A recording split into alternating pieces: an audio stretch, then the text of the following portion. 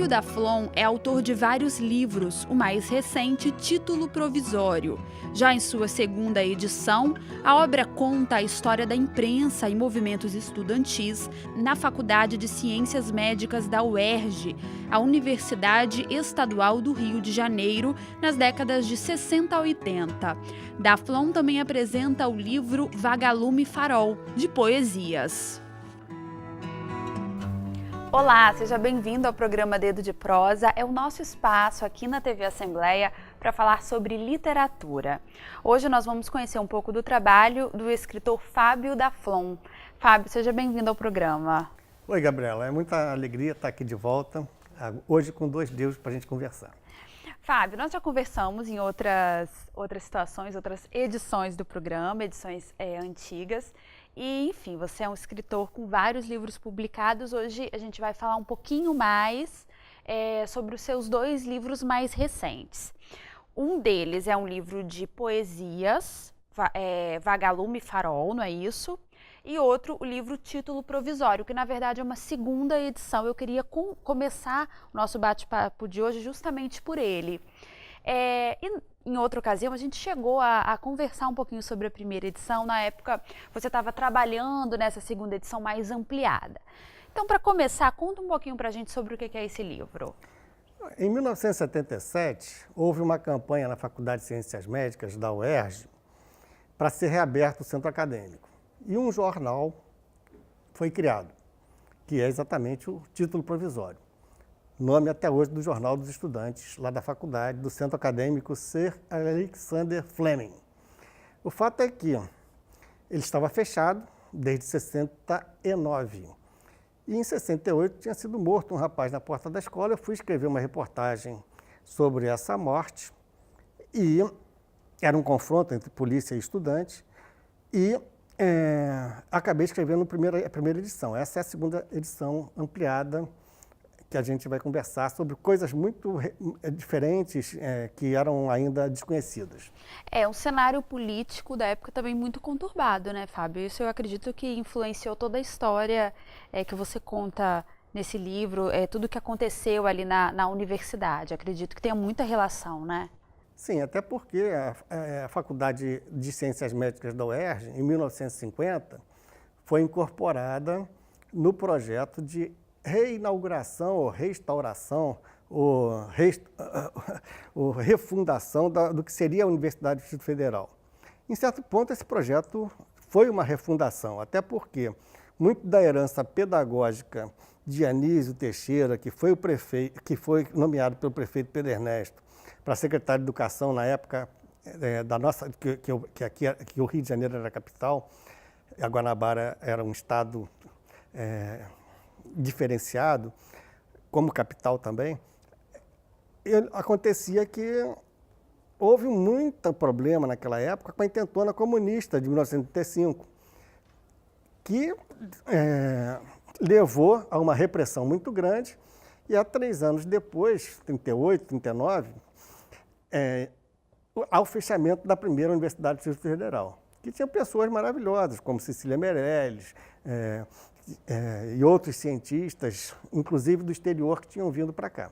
Quando houve o fechamento da Universidade do Distrito Federal, essa turma que foi chamada para trabalhar lá como docente foi levada para a Universidade do Brasil. Tá?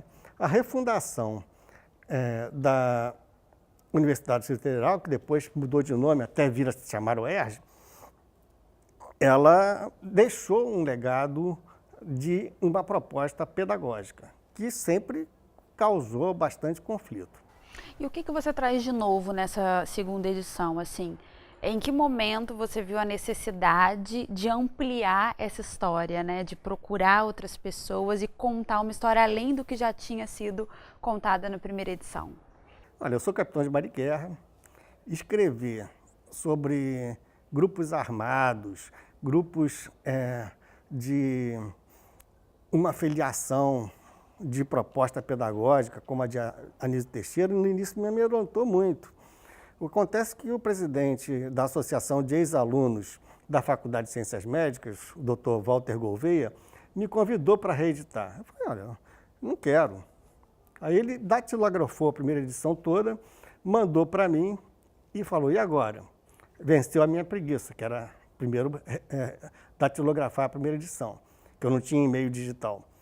E aí eu comecei a pesquisar, fui fazer as entrevistas, tive conflito com os entrevistados, foi extremamente difícil, né? Você teve uma certa resistência dessas pessoas de contar o que havia acontecido? Não, ao contrário, eu já tinha assim, plena confiabilidade em função da publicação do primeiro livro e não tenho nenhuma queixa nesse sentido. Inclusive, o diretor da faculdade, o professor Mário Fritz, abriu todos os arquivos da faculdade para eu ficar à vontade, o que me deu uma baita sinusite, porque eram coisas que vinham desde a década de 50 e até anteriores, e que eu tive que ver para retomar um livro de uma perspectiva mais ampla, né? Quer dizer, o acesso às informações você teve, uma coisa que talvez no primeiro livro não foi tão fácil assim, né, Fábio? Olha, no primeiro livro foi uma coisa assim que eu nem sabia, porque a década de 70, quem entrou em faculdade era absolutamente abolida qualquer informação anterior. Mas existiam organizações de esquerda dentro da faculdade ainda, e eu cheguei a participar de algumas reuniões do PCB, sem nunca ter me filiado, e aí, inclusive, nunca me filiei a partido nenhum, e o pessoal chegava e falava para a gente, 68 não voltará. Eu tinha 14, 15 anos em 68, então não sabia, mas não voltará por quê? Nem lembrava das coisas todas. A memória que eu tinha do início do ciclo de governos militares, ou melhor dizendo, civis militares, que hoje é a menor nomeação que se dá naquele período, é a ditadura civil-militar, que teve apoio de civis também, era a de 64, que os tanques saíram à rua, eu vi isso na televisão, eu tinha 10 anos. Então, era a lembrança que eu tinha. E eu tive que aprender essa história, que obviamente, por razões contingenciais, não era ensinada na escola. E hoje ainda não é ensinada de uma forma completa. Eventualmente é uma forma mais parcial, mais à esquerda, mais à direita, como se um lado pudesse ser santificado e o outro deteriorado e vice-versa, né? O movimento estudantil, não sei se eu posso generalizar dessa forma, se não puder, você ficar à vontade para esclarecer, mas ele é um personagem muito central desse livro. Queria que você contasse um pouquinho que movimento, que estudantes eram esses, que eu acredito que deve ter, né, diferenças muito pontuais com relação ao movimento estudantil que a gente tem hoje. Não só em relação ao movimento estudantil que a gente tem hoje, algo que eu não domino e que eu não pretendo me estender, posso até falar alguma coisa, mas seria uma irresponsabilidade, e fundo nessa questão. O fato é que eu focaria mais na diferença do movimento estudantil dos anos 60 com o dos anos 70. São duas gerações absolutamente diferentes. Não do ponto de vista cultural, que era muito rico, tanto a geração dos anos 60 quanto a dos anos 70. O que ocorria é que existiam lideranças centralizadoras e grupos de esquerda com proposição de luta armada até 1973, quando a luta armada foi derrotada. E nos anos 70 não existia essa perspectiva. E mesmo os governantes, e o Hélio Gaspari diz isso nos livros dele sobre a ditadura, sabiam que a geração dos anos 70 não era comprometida com as mesmas coisas dos anos 60. Aí eles diziam, vamos reprimir como? Se a luta armada, se a perspectiva da implantação de uma ditadura do proletariado, que era a perspectiva dos grupos armados de esquerda, não só no Brasil como no mundo, você tem o Baader-Meinhof na Alemanha, você tem as Brigadas Vermelhas na Itália, né? Que tiveram seus representantes presos. Tem hoje gente das Brigadas Vermelhas ainda cumprindo prisão perpétua, coisa que não aconteceu no Brasil por conta das diferenças do processo histórico, né? E de lá, esse terrorismo de esquerda ter sido combatido dentro da legalidade, tá? não tiro aqui nenhum mérito de levantamento da questão social, do combate à fome, que veio efetivamente da esquerda, não veio da direita.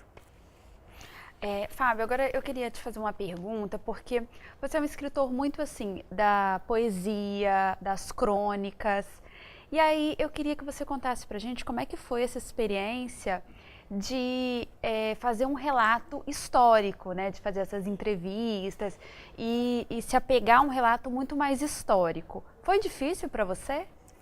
Olha, nem tanto, porque eu sou médico e as 3 profissões que lidam com a entrevista são a medicina, o direito e o jornalismo.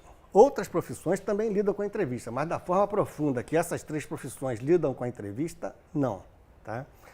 E em psicologia existe uma coisa chamada forclusão, que é você recalcar o que te traumatizou num determinado momento da vida. Tá? Quando eu entrei para a faculdade, aquilo era uma forclusão por repressão política, que transcendia a situação da consciência ou do aparelho psíquico, como Freud o compreendeu. Você não sabia de nada que tinha acontecido 5 anos atrás. Infelizmente, essa coisa se agudizou hoje. Muita gente não sabe o que aconteceu 5 anos atrás, muito por conta da velocidade das mudanças do mundo, na área da tecnologia, nessa revolução digital. Mas, naquela época, não existia nada disso, entendeu? E você chegava lá no centro acadêmico, você encontrava um livro ainda que tinha sido deixado, descuidadamente, como A Revolução na Revolução, que era do Regis Debray.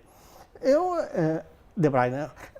Eu ficava com certa dificuldade. O que aconteceu, meu Deus? Ao mesmo tempo, eu tinha uma vontade de conhecer o passado, não só o passado histórico do meu país, como o do mundo. Eu estudo história aleatoriamente, sem disciplina, mas procuro ter essa herança assim, de ser um homem de pelo menos 1000 anos. Gosta de estudar essa área de história. Então já é uma área que você já tinha uma afinidade? Sim, até por conta também do meu interesse pela psicologia, que você vai mexer no seu passado, não vai mexer no passado que contextualizou a sua vida, é quase impossível. Como é que foi mexer nesse passado para você, Fábio? Você falou dessa questão de superar algumas coisas. Como é que foi para você? Porque você tinha também, querendo ou não, uma relação pessoal com essa história. Não só, eu também fui atuante. Eu participei da chapa Reabertura, que foi uma das chapas que reabriu o Centro Acadêmico em 1977. Diga-se, esse centro acadêmico, que era dentro de uma faculdade de medicina, foi explodido por bomba de gás, de bujão de gás, em 1968. Para você ver qual era a importância desse centro acadêmico em termos de preocupar o regime de então. Tá? E houve, obviamente,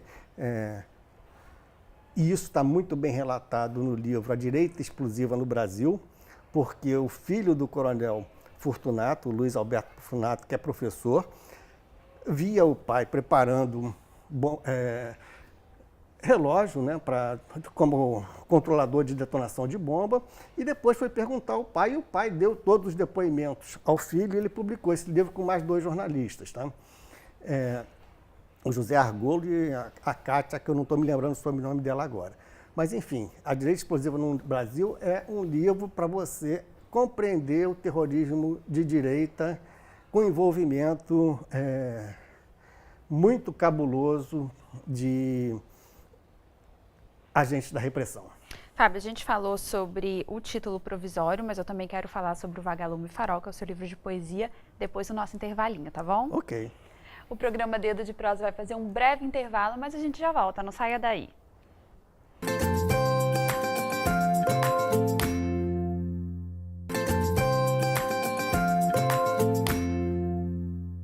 Estamos de volta com o segundo bloco do programa Dedo de Prosa. Hoje eu converso com o escritor Fábio Daflon. Fábio, a gente falou bastante sobre um dos seus livros, na verdade, sua publicação mais recente, né? Que é o Título Provisório, uma segunda edição ampliada. Conversamos bastante sobre isso. Mas eu queria falar também sobre o Vagalume Farol, que é um livro de poesia que é bem a sua área, né? Você tem outros livros de poesia publicada, tem novos projetos também.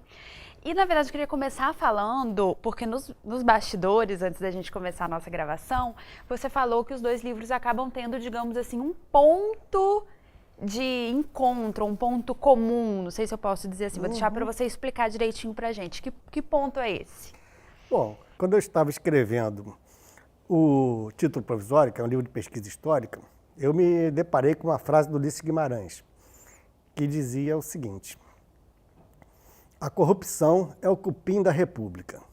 Aí eu fui estudar a biologia dos cupins e dos vagalumes em função de, por já querer escrever o livro sobre vagalumes, eu ter estudado previamente a biologia dos vagalumes, o ciclo de vida biológico.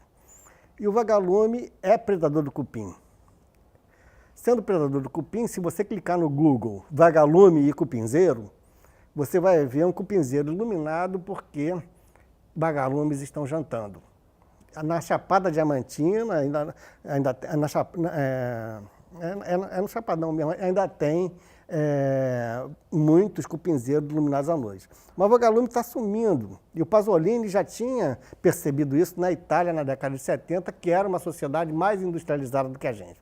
Então eu fiz uma metáfora. Se o Título Provisório está mais afeito ao século XX, o Vagalume Farol é um livro bem mais atual, tá? Feito às vezes um poema em cima de um fato político que acontecia.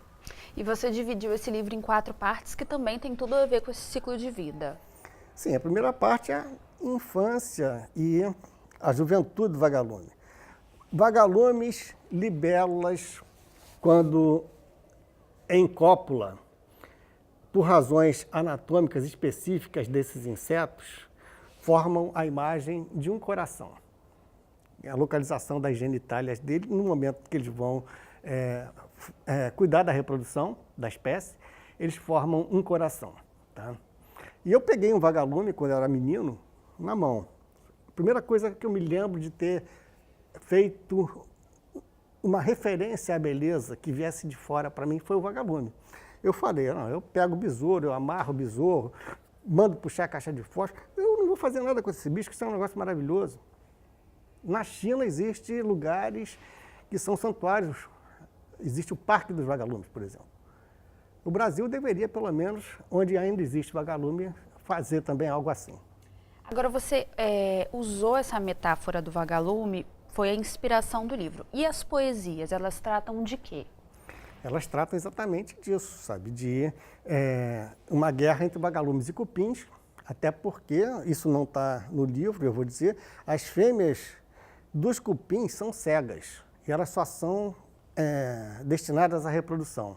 Então seria uma representação da mulher mais atrasada que existe em termos sociais, né? E a sociedade dos cupins é uma sociedade de castas.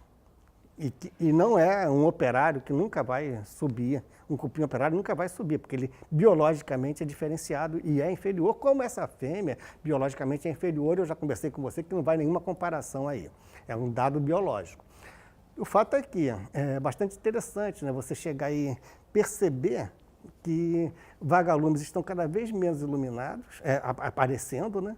E cupins na nossa sociedade que está com corrupção praticamente em todos os estratos sociais. Isso se reflete na insegurança pública, se reflete na insegurança do eleitor em quem ele vai escolher para votar. Né? Na verdade, a metáfora do vagalume e do cupim, você faz uma comparação muito com coisas que a gente está vivendo e vendo todos os dias, né? No Brasil e no mundo. E eu queria que você lesse uma poesia para a gente, pode ser? Aqui. Sim. Pode pegar esse daí. Eu vou ler... se você me permite aqui. Permito. Essa situação da infância em que eu peguei um vagalume na mão. Se chama Luz Tênue. O vagalume é insuficiente em luz para focar dores amorosas ou de luto. Sua luminescência pulsa apenas como um ritmo. Luz como gota de torneira não é tortura ao ouvido. E a audição, depois da visão, é quem instiga a poesia. Vagalume tenaz é gota luminosa, uma atrás da outra sem cair sobre pedra dura, a cansar ouvidos ou pálpebras. E se o tato não quis nas mãos aprisionar essa poesia à luz, Vagalume é como um anjo, de nos abaixar a guarda. Sentimos sua presença sem possuirmos suas asas. Essa poesia está bem no iniciozinho do livro, né, Fábio? Eu acompanhei aqui. E as outras partes do livro? Fala um pouquinho pra gente. Olha, eu gostaria, antes disso, de recitar a poesia, se você concordar, sobre os cupins, tá? Por quê? Porque é o contraponto, né? Então, a gente teria que pensar nisso, né? As outras partes do livro, elas já começam a partir disso também, né? E eu já resumiria de uma tacada só, em função do tempo curto, né? A segunda parte é odorantes e perfumes, que é a vida adulta. A terceira parte é guerra e vazio-luz, que são os conflitos entre vagalumes e cupins, até no que afeta a corrupção propriamente dita. E a última parte é futuro estreito-largo, que é a parte em que o vagalume se transforma em farol, por isso vagalume farol, até por conta de, na maturidade, na velhice, e na senectude e na senescência. Senectude é diferente de senescência, porque senectude é envelhecimento doentio e senescência é envelhecimento saudável. O vagalume vai se transformar em farol porque perde a mobilidade e o vigor do homem em outras épocas mais remotas da vida. Então, eu gostaria de recitar essa poesia chamada Cupins, que vai caracterizar bem o que é a sociedade dos cupins, é uma metáfora, infelizmente, de nossa sociedade e outras sociedades no mundo. Fica à vontade. Cupins. O que nos serve de lenha, ao cupim serve de almoço. Somente madeira de lei não consegue degradar, mas móveis envernizados é capaz de pôr abaixo. O cochichar dos cupins é sempre malversação, seja em móveis da casa ou os da repartição. Atenção com os buracos, faça sempre auditoria. Não deixe os cupins furar os móveis ou as colunas, suportes da construção. Revoada de cupins são chamadas aleluias. Malditos cupins alados, então invadem as casas para fazer enxame em torno de luz ou lustre. São assim, cheios de empáfia, uns mafiosos insetos, atraídos pela luz dos postes e lares, com o fito destrutivo de poder procriar a praga. Caso o rei ou a rainha de um cupinzeiro morram, logo são substituídos para manter a colônia, por gerações e gerações. E o pior dessa ontogênese é que todo citadino ou roceiro já viu um cupim em ação sem sempre poder combatê-lo. Essa questão da metáfora que você falou, e aí eu queria trazer para a nossa reflexão, para a sua enquanto escritor, porque a literatura ela tem esse poder também, né? A literatura, enfim, outros tipos de arte, vamos dizer assim, de usar determinadas metáforas para trazer algumas reflexões, né? Foi a sua intenção desse livro, Fábio? Foi uma intenção de fazer um livro de poesia que traduzisse a época que nós vivemos, sabe? Então, por exemplo, na terceira parte, quando eu falo de guerra e vazio-luz, quanto mais luz, menos vagalume. Por quê? Você tem que considerar a situação biológica que o vagalume usa a luz para atrair a fêmea e a fêmea também usa a luz para atrair o vagalume. Tá? Que são predadores, além do cupim de leis, mas são caramujos, são carnívoros. Eventualmente, quanto mais luz, menos vagalume. Eles vão se dispersar disso, eles ficam confusos. Tá? Então, essa metáfora, ela realmente tem essa ideia, né? E eu falo de outras coisas, na Guerra e Vazio-Luz, eu falo, por exemplo, de um dos motivos da guerra no mundo que você tem no seu bolso, eu tenho no meu bolso aqui, a maioria das pessoas não sabe. que é o coltran, que é o material usado para construir celulares. Que a África é rica, o Congo particularmente é rico. E a Guerra do Congo é uma guerra que nunca acaba, que é uma das que mais morreu gente na história das guerras. E a gente tem isso aqui. Houve um general brasileiro que chefiou a missão da ONU de imposição da paz. Numa época como em 68, isso iria reverberar, sabe, em todo o planeta, porque era uma mundialização dos conflitos. E hoje, com essa situação de velocidade, de excesso de informação, nem sempre a informação essencial chega às pessoas. Por que é importante você não trocar de celular tão frequentemente? Isso é uma guerra, sabe? Está sendo explorado uma área de um país africano. Nem o movimento negro fala disso. Fábio, infelizmente o nosso programa está chegando ao fim, mas eu não queria encerrar o programa sem te perguntar dos seus novos projetos. Então, eu queria que você falasse rapidamente se você está trabalhando em algum novo projeto, novo livro.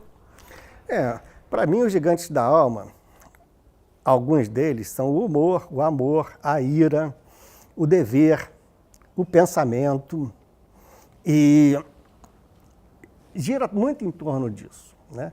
E no amor a gente tem a questão da beleza do amor.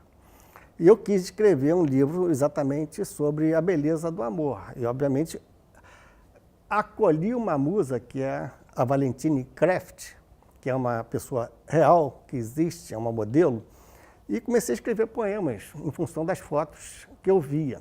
E conversei com ela, uma pessoa extremamente delicada, o livro é delicado a ela, e houve um amor platônico, digamos assim, né? Então, são sonetos sobre a serenidade da beleza. O Wilbert Salgueiro, que escreveu o Pós-Fácil, se reporta também ao livro do Reinaldo, que é o Muito Soneto por Nada, o Reinaldo dos Santos Neves, que também fala de uma musa mais carnal e mais presente. A minha não é mais platônica, mas como a serenidade da beleza exige uma certa contemplação, acho que é proposital. Eu tenho outros projetos, mas eu acho que o primeiro que virá, que eu tenho vida de escritor, o meu trabalho é escrever, eu sou aposentado, e eu ficaria por aqui. Outros projetos demandariam mais tempo e eu agradeço já o tempo concedido com tanto carinho e com um acolhimento tão bom. Fábio, eu quero agradecer muito sua presença aqui no programa e te desejar sorte, muito sucesso aí na sua caminhada pela literatura, sempre com novas publicações. Muito obrigada. Eu que agradeço a oportunidade, espero poder merecer voltar, que é o que eu sempre digo quando termina um programa Dedo de Prosa. O programa Dedo de Prosa de hoje fica por aqui. Eu agradeço muito a sua companhia. Continue com a nossa programação, TV Assembleia, Canal Cidadão.